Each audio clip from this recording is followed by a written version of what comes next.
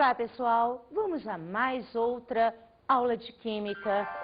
Nós vamos ter que aprender cálculo estequiométrico. O que seriam esses cálculos estequiométricos que nós vamos ver? Seriam só problemas em cima de problemas, onde nós temos tudo, a matéria, né? Toda a matéria nós vamos ter que incluir nesses cálculos.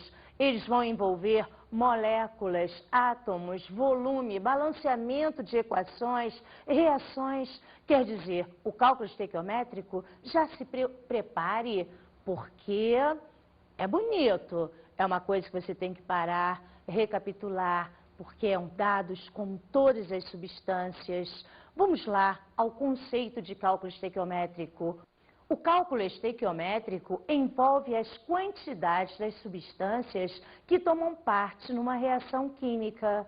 Novamente, vai envolver quantidades. Quer dizer, posso usar várias unidades.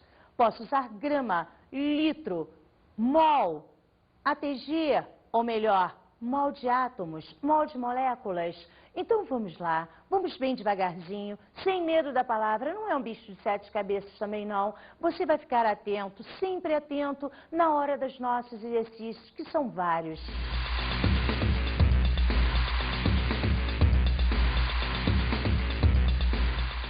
Você é boa em fazer receita? Não. E você não sabe fazer nenhum prato legal assim? Sei, macarrão.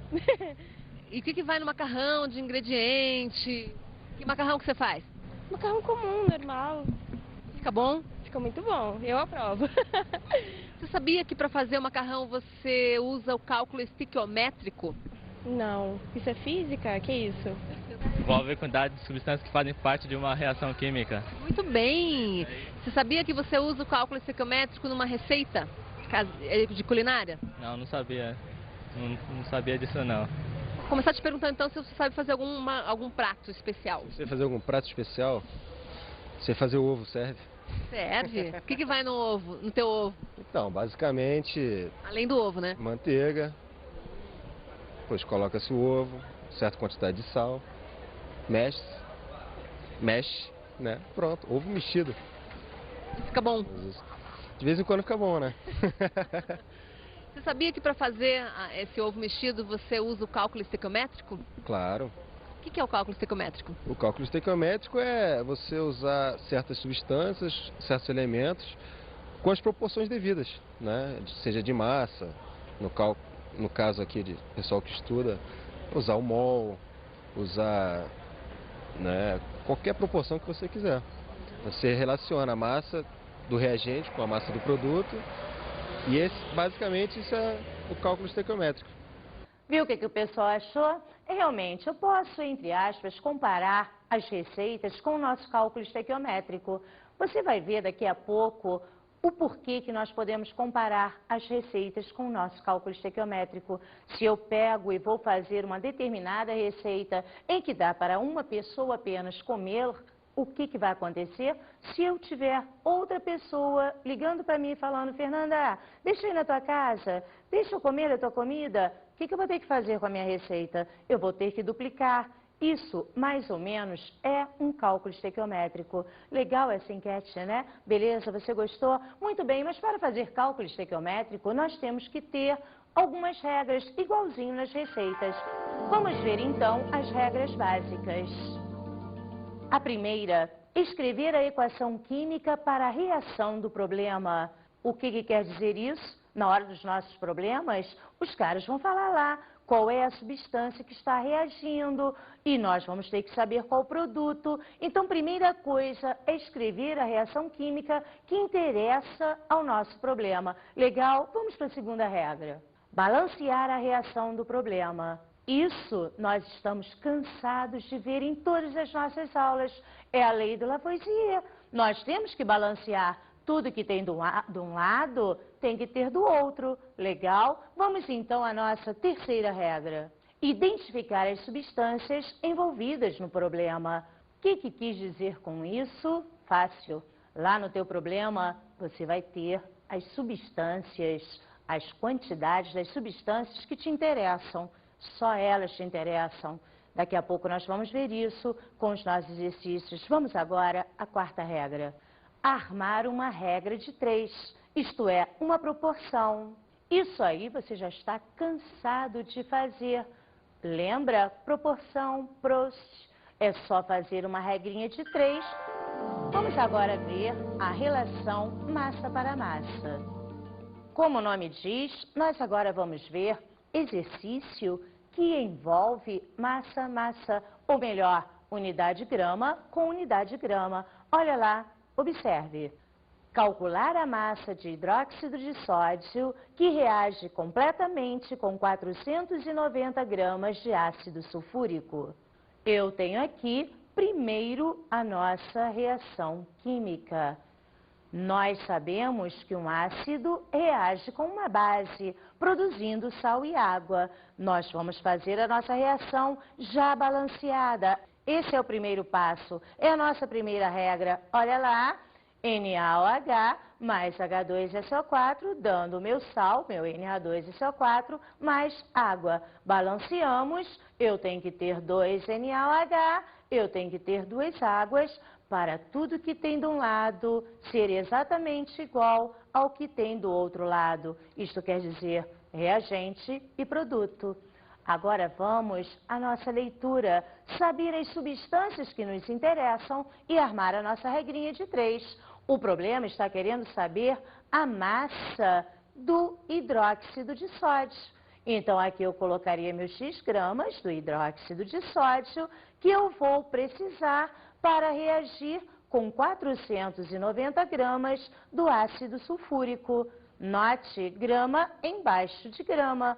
Fui lá, NaOH, sódio 23, 16 e 1, 40. Como eu tenho 2, 2 vezes 40, 80 gramas. O ácido sulfúrico, 2 vezes 1, 2, mais 32, mais 4 vezes 16, 64. Somei, ele pesa 98 gramas.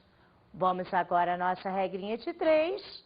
Isso vezes isso vezes isso.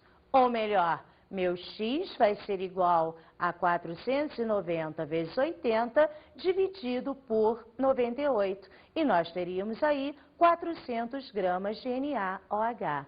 Beleza? Entenderam? Fácil, né? É só prestar atenção nas substâncias que te interessam e nas unidades dadas.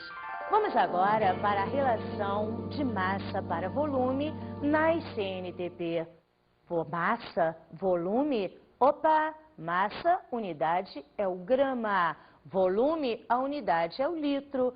Ups, acho que eu não entendi direito.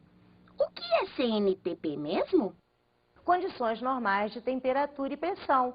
Nessas condições, lembra, 1 mol equivale a 22,4 litros, ok? Vamos então ao nosso exemplo. Calcule a massa de gás carbônico liberada quando 56 litros de C2H2 sofrem combustão completa nas CNTP. Vamos então, olha lá, presta atenção, vamos fazer a nossa reação. Quando nós falamos combustão, combustão quer dizer queima. Combustão é uma reação com oxigênio. Olha lá o que vai dar. Nossa combustão produziu CO2 e água. Ou melhor, eu tenho meu C2H2 reagindo com 5 meios de O2, produzindo 2 de CO2 mais água. Armando o nosso problema, lendo o nosso problema, ele me deu 56 litros de C2H2 e quer saber quantos gramas eu vou obter do nosso gás carbônico. Beleza, beleza. Litro embaixo de litro, volume molar nas CNTP, eu só tenho 1 mol desse gás, é 22,4 litros. Calculando grama do CO2, eu teria 12 mais 2 vezes 16, 32, 44. Como eu tenho 2, 2 vezes 44, 88 gramas. Eu teria então que meu X vai ser igual a 56 vezes 88 dividido por 22,4, obtendo um resultado de 220 gramas de gás carbônico. Beleza? Viu só? Não é tão difícil assim. Se você tiver coerência e armar aí a tua reação toda balanceada e tirando as substâncias que te interessam ao problema, fica fácil. Viu só? Não é um bicho de 7 cabeças. Só o nome que dá aquele medo, né? Cálculo estequiométrico, estequiometria, que nada é molinho, molinho, molinho. Relação de volume para volume. Volume para volume quer dizer litro para litro. Vamos lá a um exemplo. 15 litros de hidrogênio reagem com nitrogênio na CNTP. Calcular o volume de amoníaco produzido. Opa, primeiro vamos fazer o quê? A nossa reação química. Temos aqui a nossa reação já balanceada. Agora só nos falta ler o problema e colocar as coisas nos devidos lugares. O problema te deu 15 litros de hidrogênio e está querendo saber quantos litros de NH3 eu vou obter. Vamos lá então, litro embaixo de litro. O volume molar na CNTP é 22,4. Acontece que aqui nós temos 3 mols. Olha lá o 3 multiplicando. Aqui também, litro embaixo de litro. Acontece que no exemplo você balanceou com 2 mols. Então eu teria que multiplicar 2 vezes 22,4 litros. Beleza? Armando a regrinha de 3. Isso vezes isso. Isso vezes isso, e eu teria que x vai ser igual a 15 vezes 2, vezes 22,4, dividido por 3 vezes 22,4, resultando aí 10 litros de NH3 obtida. Beleza? Legal? Muita atenção nas unidades. Vamos agora a outro exemplo. Na combustão de 30 ml de C3H8, pede-se, letra A, o volume de oxigênio gasto e letra B, o volume de gás carbônico produzido. Note que em nenhum momento estava escrito no nosso problema ou você ouviu falar a palavra CNTP. Quer dizer, agora nós vamos trabalhar sem CNTP. Observe o exemplo. Eu tenho aqui a minha reação, a minha combustão. O problema usou 30 mililitros e quer saber qual vai ser o volume de O2 e o volume de CO2 obtido. Ah, peraí. Se aqui é 30 mililitros e não está na CNTP, eu tenho que olhar o que está na frente da minha fórmula. Notem, aqui eu tenho 1. Eu posso falar que eu tenho 1 mililitro. Aqui eu tenho 5. Eu tenho 5 mililitros. Aqui eu tenho 3 mililitros. E aqui 4 mililitros. Se o problema quer usar 30, claro e evidente que se eu multiplicar por 30, eu teria aqui 30 vezes 1, 30. Multiplicando por 30 vezes 5, 150. 30 vezes 3, 90. E 4 vezes 30, 120 mililitros. Quer dizer, chegamos ao resultado de 150 mililitros de O2 e 90 mililitros de CO2. Dessa maneira, é bem mais prática. Vamos então a outro exemplo. Na combustão de 18,4 gramas de C2H6O, pede-se o volume de oxigênio necessário medido a 47 graus Celsius e 1,6 ATM. Opa! Prestou atenção na leitura? Isso aí não está na CNTP. Tem outra temperatura, tem outra pressão. Nós vamos ter que usar o quê? A equação de Clapeyron. Beleza, beleza. Olha para cá, observe o nosso resultado. O que nós vamos pensar para resolver este problema? Está aqui a minha reação de combustão, torna a falar, reagindo com oxigênio, eu teria CO2 e água. Notem o equilíbrio perfeito, 1, 3, 2, 3, já está balanceada e agora é só ler. Ele quer saber a quantidade, né? O número de mols de O2 que eu tenho em 18,4 gramas. Eu sei que o C2H6O pesa 46 gramas. 2 vezes 12, 24, mais 6 vezes 1, 6, mais 16, 46 gramas. E eu estou vendo que dia 2 eu tenho 3 mol. Beleza, fiz minha regra de 3 e eu teria que meu x vai ser igual a 18,4 vezes 3 dividido por 46. E chegamos ao resultado de 1,2 mol.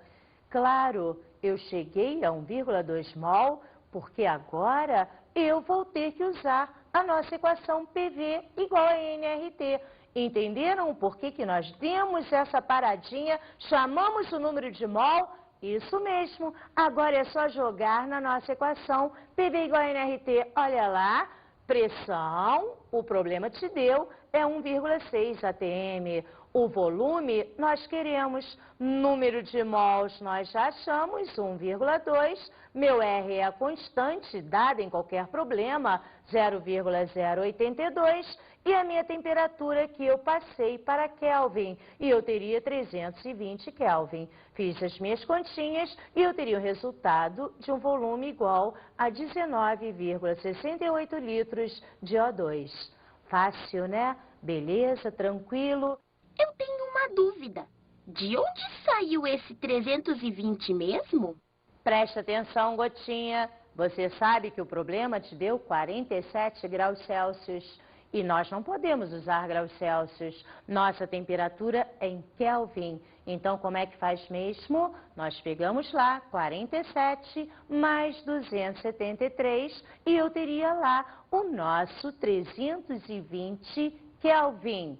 Ok, Gotinha? Boa pergunta, mas não esquece mais não, tá bem? Temperatura usada é em Kelvin. Vamos ver agora a relação de massa para massa com excesso de um dos reagentes. Como é que é isso mesmo? É fácil. Excesso. Excesso, alguma coisa está demais.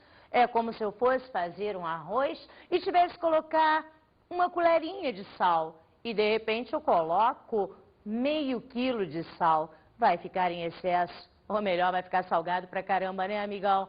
Vamos ver, então, um exemplo em cálculo estequiométrico. Olha lá. Colocamos para reagir 160 gramas de H2SO4 com 150 gramas de NaOH. Qual o reagente em excesso?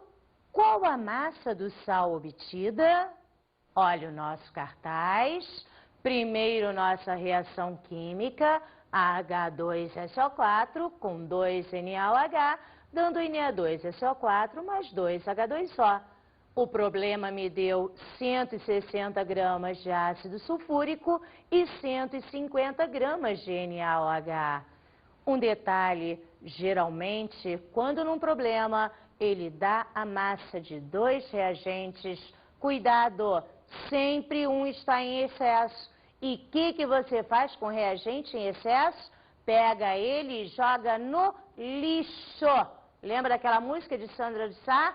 Joga fora no lixo. É exatamente isso que tu vai fazer com excesso. Jogar fora na lata do lixo. Mas espera aí, tem uma maneira prática de vermos quem está em excesso. Olha para cá de novo. Eu tenho aqui o H2SO4, 98 gramas, e 2 NaOH, 80 gramas. Como é que eu faço? Vamos ver o H2SO4. Eu teria 160 vezes 80. Isso daria 12.800. Vamos ver então o NaOH. Eu tenho aqui 150 vezes 98 e eu teria 14.700. Notem, NaOH tem um valor muito maior do que o H2SO4. Isso quer dizer que ele está em excesso. Pega ele, joga fora no lixo. Agora sim, já sabemos quem está em excesso. Vamos partir para o segundo item, que é o nosso item B. Olha lá, ele quer saber a massa do meu sal formado, ou melhor, do Na2SO4, quando eu tenho 160 gramas do H2SO4. H2SO4 98, Na2SO4 142. Então, nosso X vai ser 160 vezes 142 dividido por 98. Nós vamos ter lá uma massa de 231,8 gramas do nosso sal. Beleza, beleza? Não esqueçam, o que tu faz com excesso? Joga fora no lixo. Não usem o dado de excesso para a resolução do problema. Ok? Belezinha? Vamos agora ver o cálculo do rendimento de uma reação. O que seria isso? Espera aí, vou fazer um bolo. Beleza? Tá lá, fiz minha massa, coloquei no forno. Até agora eu não sei o que vai acontecer. De repente eu acabei, abri meu forno. Olha que bolo fofinho, infladinho, bonitinho. Aí sim, eu vou saber o rendimento do meu bolo, porque poderia acontecer o contrário, não é isso? Poderia eu abrir lá o meu forno, meu bolo, ó, só lá, diminuir, e aí sim eu veria o nosso rendimento. Assim também ocorre lá nas nossas reações químicas. Observe o exemplo. Queimando 30 gramas de grafite pura, com rendimento de 90%, que massa de dióxido de carbono será produzida? Vamos lá resolver então? Olha para cá, tá lá o meu carbono grafite reagindo com oxigênio e produzindo CO2. Opa, eu quero saber a massa de CO2 quando eu usar 30 gramas de grafite. Eu tenho aqui carbono 12 gramas e aqui na massa do CO2, onde eu teria 44 gramas, eu não posso esquecer que o rendimento da reação foi de 90%. O que é 90%? É 0,9. Então, eu teria 0,9 vezes 44 vezes 30 dividido por 12. Quer dizer, eu teria obtido aí 99 gramas de CO2. Beleza? Entendeu? Ok? Tranquilo, tranquilo? Isso aí. Não pode esquecer do rendimento. Quando o rendimento é dado, tu tem que colocá-lo lá. Agora lembrem, 90%, 90 sobre 100. Ou melhor, 0,9. Ok? Legal? Vamos agora analisar 32,7 gramas de zinco metálico reagem com uma solução concentrada de hidróxido de sódio, dando 64,53 gramas de Na2NO2. Qual o rendimento da reação? Vamos ver então como nós vamos responder a esse exemplo. Olha para cá, eu tenho aqui o Zn mais 2NaOH, produzindo Na2NO2 mais H2. Ele te deu 64,53 gramas de Na2NO2 e isso foi obtido a partir de 32,7 gramas do zinco. Será que foi 100%, 90%? É isso que a gente vai ver. Eu sei que o Zn é 65 gramas e que o Na2NO2 é 143 gramas. Acontece que eu tenho que ver o nosso rendimento. Não foi 100%. Está lá meu R, o que nós queremos achar que é o rendimento. Fazendo o nosso cálculo, eu teria que R vai ser igual a 65 vezes 64,53 dividido por 143 vezes 32,7. E nós teríamos 0,896, ou melhor, o rendimento foi de 89,6%. Notem o que eu fiz no final. Eu achei o rendimento e como eu estou falando em porcentagem, no final da minha resposta eu multipliquei por 100. Olha novamente, deu 0,896, multiplicando por 100, eu teria um rendimento de 89,6%. Ok? Beleza? Rendimento, porcentagem. Vamos agora ver outra coisinha. Vamos estudar problemas envolvendo impurezas. Impurezas, tu já sabe, né? Impureza é isso mesmo, é sujeira. Às vezes nós vamos fazer uma reação química onde uma substância está contaminada, não está pura, tem porcaria. Ora, se tem porcaria, tu acha que nós, os químicos, nós, os cientistas, gostamos de porcaria? nós temos que, antes de resolver o problema, tirar essa porcaria, essa impureza, jogar fora no lixo e trabalhar com pureza. Peraí. Tá complicado? Tá não. Vamos lá, um exemplo. 20 gramas de CaO impuro reagem completamente com HCl, dando 33,3 gramas de CaCl2. Qual a porcentagem de pureza do CaO? Vamos lá então, olha como nós vamos resolver. CaO mais 2HCl produzindo CaCl2 mais H2O. Nós temos lá 20 gramas de CaO, só que ele estava impuro. Então nós vamos calcular aqui o índice de pureza. Isto deu um resultado de 33,3 gramas de CaCl2. CaO pesa 56, 40 mais 16, e o CaCl2 eu teria 40 mais 2 vezes 35,5, 111. Fazendo nossas continhas, eu chegaria a um resultado, a um índice de pureza de 0,84, ou melhor, 84% de pureza. Legal, entenderam tudo? Beleza. Vamos agora às nossas dicas de estudo.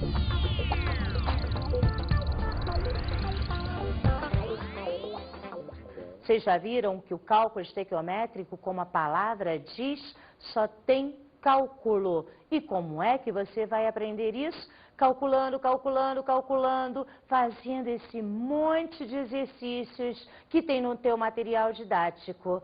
Certinho? Promete que vai fazer isso? Estuda bonitinho, ok? Até mais!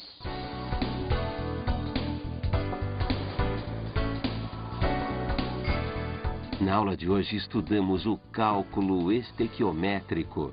Nós vimos vários cálculos de relações massa para massa, massa para volume, volume para volume, vimos pureza, vimos rendimento. Olha quantos cálculos nós fizemos.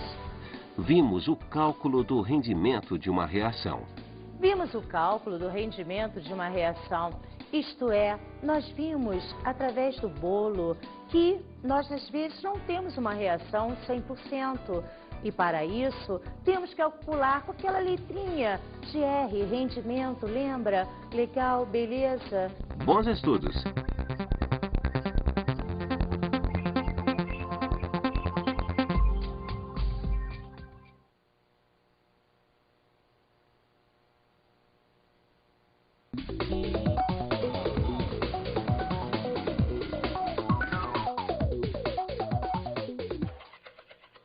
Olá, colega. Essa aula aí é braba, né, amigo? Tem cálculos à beça. O aluno tem que ter aí os conceitos todos na cabeça, tem que saber as reações químicas. Quando chega no final, então, é terrível, né? Rendimento, impureza, mas você vai aí com seu jeitão conseguir fazer com que os teus alunos aprendam essa matéria pesada, né? Mas super importante a nível de vestibular. Quase que 30% das provas falam em cálculo estequiométrico. Ok,